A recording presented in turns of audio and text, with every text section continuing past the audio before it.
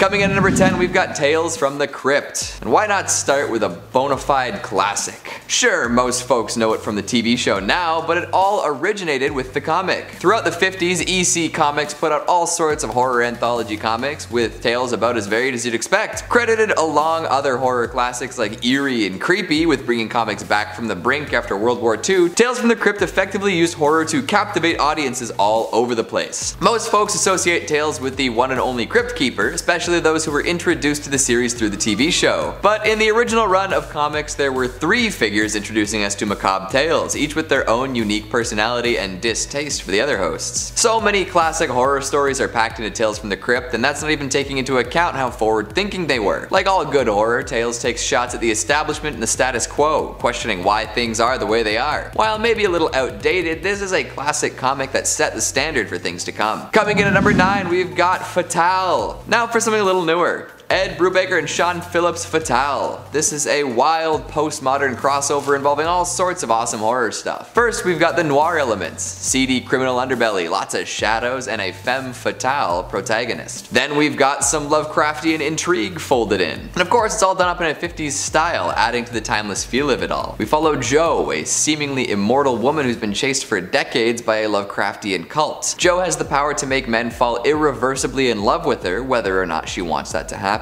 Usually the men that fall for this femme fatale also put their lives on the line for her and end up dying in terrifying and grotesque ways. It's the classic noir story told from a different angle. Femme fatale has man fall for her, feels bad, and then witnesses his demise. The eldritch themes are strong within the world of Fatale, and some of these scares are downright disturbing. The tone and feel of it is something special for sure. Check it out if you like throwbacks, film noir, or horror. It's sure to impress on all counts. Coming in at number 8, we've got Gideon Falls. Part Twin Peaks, part word of mouth creepypasta, Gideon Falls feels like something totally new and crazy. Put together by Jeff Lemire and Andrea Sorrentino, this is a horror story driven by the exploration of evil rather than gore and gristle. We meet Norton Sinclair, an amalgam of the worst parts of Lemire and Sorrentino, as he explores the urban legend of the Black Barn. This structure pops up throughout time and space in order to foretell death and destruction, madness and mayhem. Of course, that's only the first story. This continuing comic will keep going up until December with new information, but then it shall wrap up. There's plenty of catching up to do though, so get on it quick. Just be prepared to feel the terror flow through you. Number 7. God Quarry. In 2016's Thanos series, there's a place known as the God Quarry. It is a pit guarded by 3 eternal witches, known as the Coven. The pit is said to reward those who can overcome its challenges by granting them with great power. But first, you must face whatever it is that could potentially be holding you back. Once in the pit, you find yourself merged within it, becoming a part of it, and then you begin to see what it is that could most tempt you. For me, it would probably be a big pile of cookies. For many leaders who have come there seeking power, the temptation was too great and they could not escape. Instead, now a part of the pit, they remain trapped for eternity. But hey, with great risk comes great reward. And yeah, Thanos did have to go in that pit. And what happens? You're gonna have to read the series. I don't want to spoil it. Number 6, the Universal Church of Truth. Almost a misnomer, the Universal Church of Truth is not as innocent as it sounds. It is made up of believers from planets throughout the universe who worship the evil being known as Magus. The church invades planets, and if the planet's inhabitants refuse to accept and adopt their faith, they will burn it to the ground, killing anyone who refuses to join them. They're basically like a really insane cult that invades, converts, and conquers planets. So yeah, they sound better than they are. Number 5, Phalanx. I'm not actually sure what is more scary, the Phalanx or the race they're believed to come from, the Technarchy. The Phalanx's main goal is to eventually conquer and assimilate, so to speak, the entire universe. Now, how do they do this?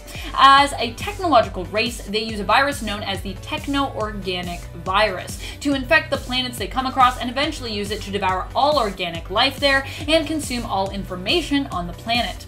This virus is the same as the one that Cable is infected with. Or, well, it's similar. He is sort of a variation or an evolution of the virus that they use.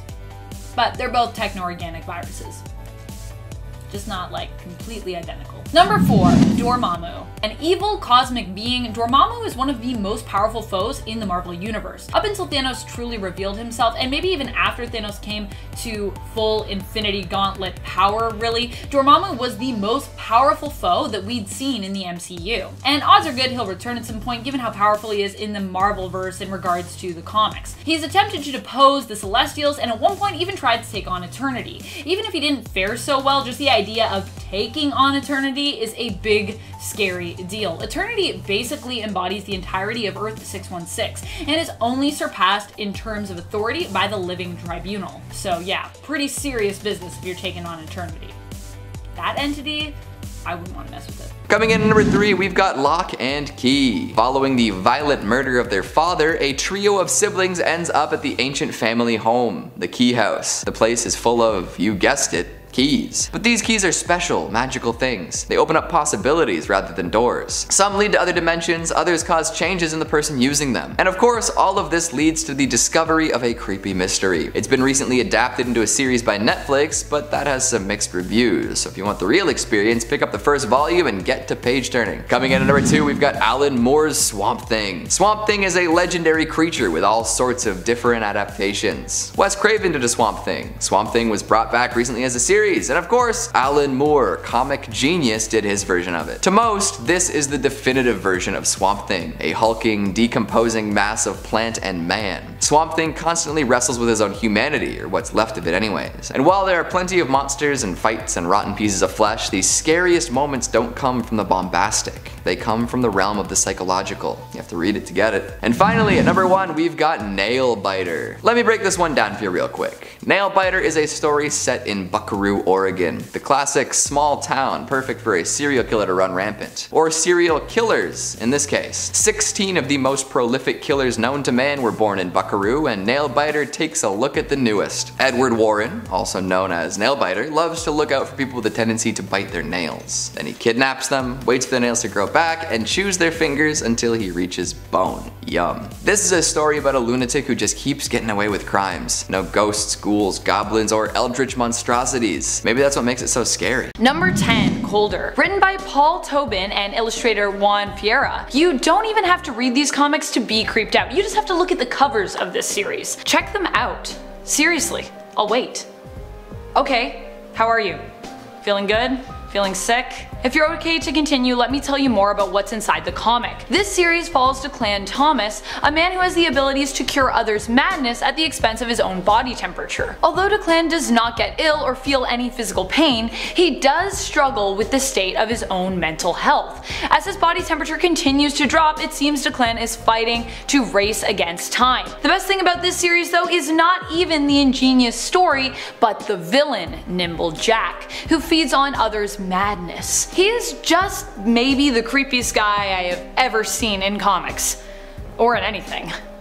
Ever. Number 8, Witches by Scott Snyder. Beautiful, spooky art by Jock, and amazing color by Matt Hollingsworth. Seriously, this story is brilliant, the look of the comics is fantastic, but the colors. You could just read this comic for the colors. So, okay.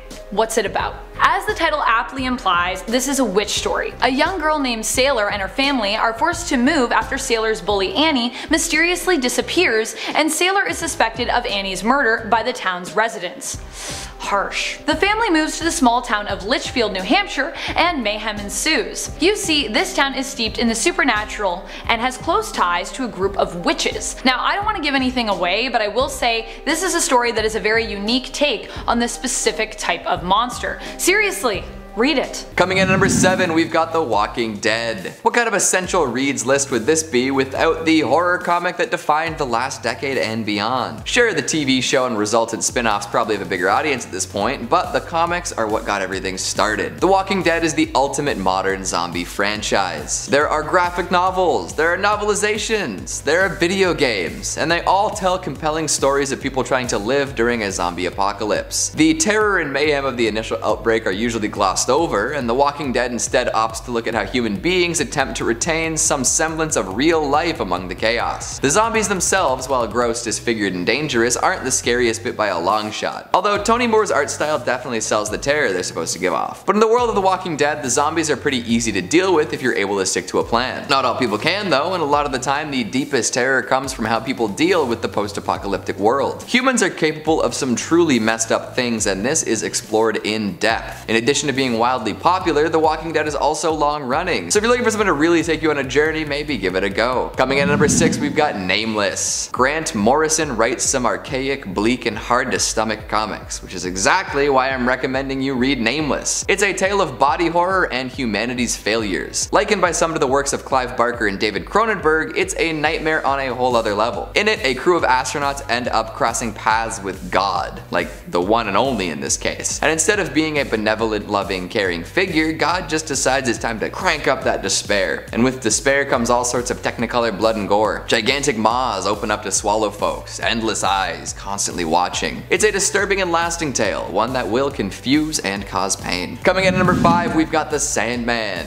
Neil Gaiman is a name that most folks watching are probably already familiar with. And if you're not, don't worry, he's got such a wide range of stories to consume, I'm sure you'll come across him somewhere else very soon. The Sandman is one of the most critically acclaimed comics of all time. It is the tale of Dream, the human form of all dreams and tales. He's imprisoned by some occultists by decades and eventually manages to escape. From here, he's able to fly around the universe, ensuring that all of the dreaming business he's been entrusted with is taken care of. There have been all sorts of genre spins throughout the series, but one that sticks out to most folks is the story known as 24 Hours. A lunatic by the name of Dr. Destiny gets a hold of a magical ruby, which he uses to control the minds of everyone in a 24-hour diner. He makes them confess their darkest secrets, and believe me, some of these are dark, and then has them torture each other to death. Teeth, skewers in the eyes, and more. Gaiman likes to work with the idea of stories eventually ending in death, as every life does, and while this disturbs some readers, others appreciate it for what it is. Up to you, I suppose. Coming in at number 4, we've got Preacher, another big name. We've got Garth Ennis and Steve Dillon at the helm, putting together a fascinating and shocking tale of life, death, and often revenge. There are so many disturbing moments throughout the series, like it literally kicks off with a church chock full of people burning to the ground. All the folks inside burn too. Talk about a hot start. From there, it only gets crazier, introducing all sorts of perverted, bloodthirsty, and generally fucked up antagonists at every turn. If you got through an issue of Preacher without meeting someone that made your skin crawl, probably reading the wrong thing. Double check that cover, will ya? Number 3, Uzumaki by Junji Ito. So here's the thing,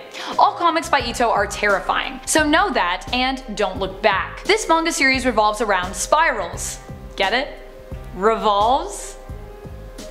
It's about a town where people are obsessed and paranoid about spirals. The comic centers on a young high school couple, Kiri Goshima and Shuchi Saito. Kiri becomes affected by the town's curse when her hair starts to curl. Her hair drains Kiri's energy and attempts to strangle her anytime she tries to cut it. Shuchi manages to cut her hair off and save Kiri from the curse, but the two remain unable to escape the town. Even when they leave, they end up returning. The story is an interesting and disturbing exploration of the power of tradition, time, and the meaning and feeling of infinity. Number 2.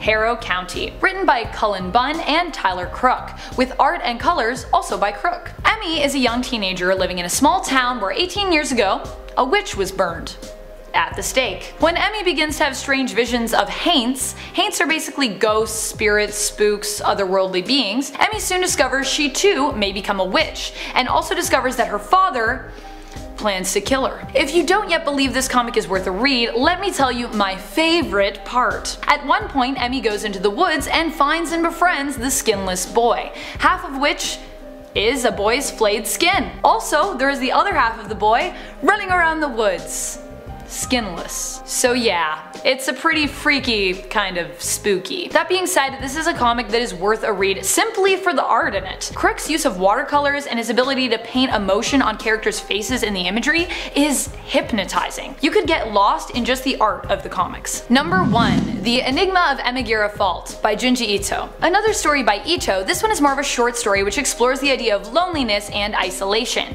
and the compulsive influence of curiosity. It also creeps me out a lot. This comic is an extra story that was included at the end of the feature-length horror series by Ito entitled GIDEON. Owaki and Yoshida are hiking up in the mountains, hoping to get a look at the fault in a mountainside which a recent earthquake has exposed. The fault is comprised of an amazing amount of human-shaped holes in the side of the mountain that appear to be bottomless. Disturbingly, people start hearing these holes call to them and disappear in what they describe as their perfect outline etched into the mountain, their hole. I won't spoil the ending, but I will say be prepared to get spooked by this one. Number 10. Cosmic Ghost Rider. What happens when Frank Castle becomes a Ghost Rider just as planet Earth is dying and there is no one left to avenge?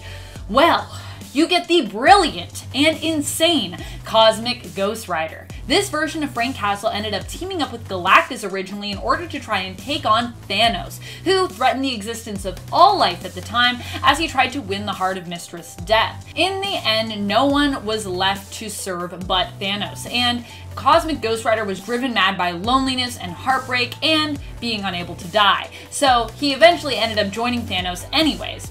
He is as powerful as he is insane at this point and is a frighteningly cheerful version of Frank Castle, especially considering all of the horrors he's witnessed, especially when he was serving Thanos. Did some pretty bad stuff. Number 9. NAMELESS. NAMELESS is a somewhat lost being who was created in the negative zone on a planet known as Athros. He evolved from life spores that were left there and ended up mutating and growing to be a highly intelligent insectoid-like life form. He has been an enemy and ally to the Fantastic Four, depending on the circumstances, and he also once almost took over Asgard, managing to take on the Asgardian soldiers and even beat Thor. Thankfully, Odin stopped him before he could succeed. Poor NAMELESS, I feel like he's so lost in life. Really needs a stronger purpose. Number 8. Iowa the Mungazoth. Hope I'm saying that right. Known as the Lord of Darkness, Iowa the Mungazoth is called upon in an issue of Creatures on the Loose from the 70s. This cosmic eldritch god-like entity could also be tied to the many-angled ones, who occasionally crop up in the Marvelverse. But we don't have enough information to really know whether or not for sure if Iowa the Mungazoth is a separate entity or simply one that we've maybe already met but is operating under a different name, under some kind of alias. He is one of the gods referred to in the comic by the High Priest of the Dragon King, known as Sa. Sa, in the story, aims to make 3 human sacrifices in order to give the energy to the Lords of Chaos that they need so that they may travel across the cosmos to Earth. Sounds like a bad idea. Sounds like you probably don't want the Lords of Chaos to come by, but you know, to each their own. I guess if you're the High Priest of the Dragon King, you do. That's what you want. I'm not here to judge. Number 7. OUTCAST, written by Robert Kirkman, art by Paul Aceceta, with colors by Elizabeth Brettweiser. Alright YouTube, as I host and we get to know each other better, there is something I want you to know about me. I'm terrified of possession. To me, it is the scariest thing. Films like Exorcist, Babadook, Hereditary, they just give me the capital C creeps. Needless to say, I could not create this list without touching on the very disturbing subject of possession. And so I give you OUTCAST, not to be confused with the music group OUTCAST. This series follows Kyle Barnes, a guy who has a history with demonic possession, abilities surrounding it, and as a result, pretty much runs into it at every turn. This series involves a lot of people getting possessed and a lot of creepy grins. Especially from children. Like, creepy. Probably due to the success of Kirkman's series Walking Dead and its show, OUTCAST has also been given a television series, so feel free to check that out as well if my type of spooky is also your type of spooky. Number 6. Torso by Brian Michael Bendis and Mark Andreyko. Torso is more than a horror comic. It is also a true crime series, which in my opinion makes it even scarier, especially because the criminal it is about was never apprehended. Dun dun dun! This tale focuses on the investigation of a string of serial murders committed in Cleveland in the 1930s. The killings shared a link. They all involved dismemberment.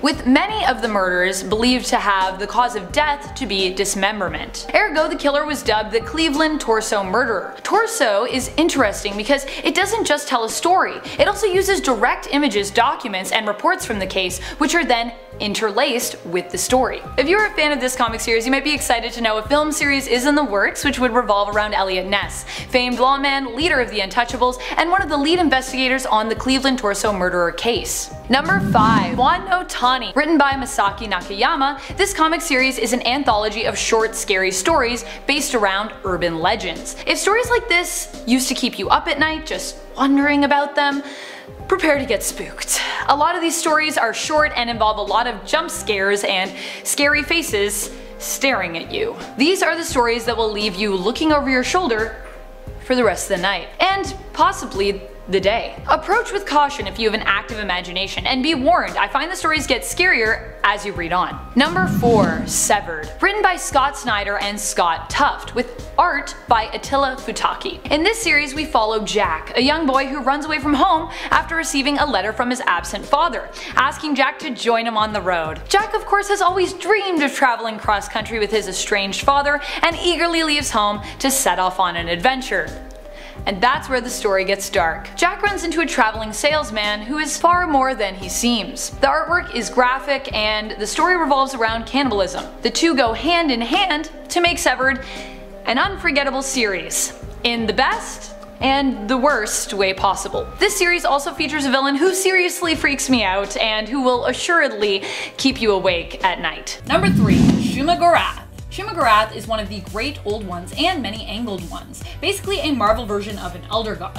Like Dormammu, he is also known as being one of the Lords of Chaos. Although it's been unclear throughout the comic lore to tell if there are truly multiple Lords of Chaos or just one Lord who keeps being renamed throughout, this many angled one is known for being one of the oldest entities in the Marvel universe. He has returned to Earth many times and set up as a god there, being worshipped even on Earth before the sinking of Atlantis, where he demanded blood sacrifices. Sounds familiar. Sounds like someone else we heard of earlier. Are they the same person? Maybe. I don't know. Number 2. The Brood. These aliens are insectoid beings who reproduce through finding hosts on other planets whom they can implant with their offspring. Great, right? Do we love that? Yeah, basically, you get the picture. It's kind of like Alien, except instead of something bursting out of you, it hatches and then completely takes you over, inside and out. Basically possessing your mind and your body, and then just killing you in the process, so you're really no longer there. The Brood don't just do this to survive though, they actually enjoy the terror and horror that they cause among other species. They enjoy hurting and frightening others. It doesn't bother them, and to them it's even pleasant or amusing. Yeah, so scary. Number 1. Cancerverse. While the Cancerverse is an alternate Marvel universe, much of what we see of it involves a cosmic presence. Most of the important goings-ons in regards to stories involving it happen in outer space. The Cancerverse is a world where there is no death. Sounds nice, right? Think again. Without death to provide balance to the world, life was left without anything to hold it back, and as a result became a wild and evil thing, transforming into something like an eldritch god or a monster. This all came to pass because the original Captain Marvel made a deal with the Many Angled Ones in exchange for them curing him of his cancer. The Many Angled Ones themselves is also pretty horrific, so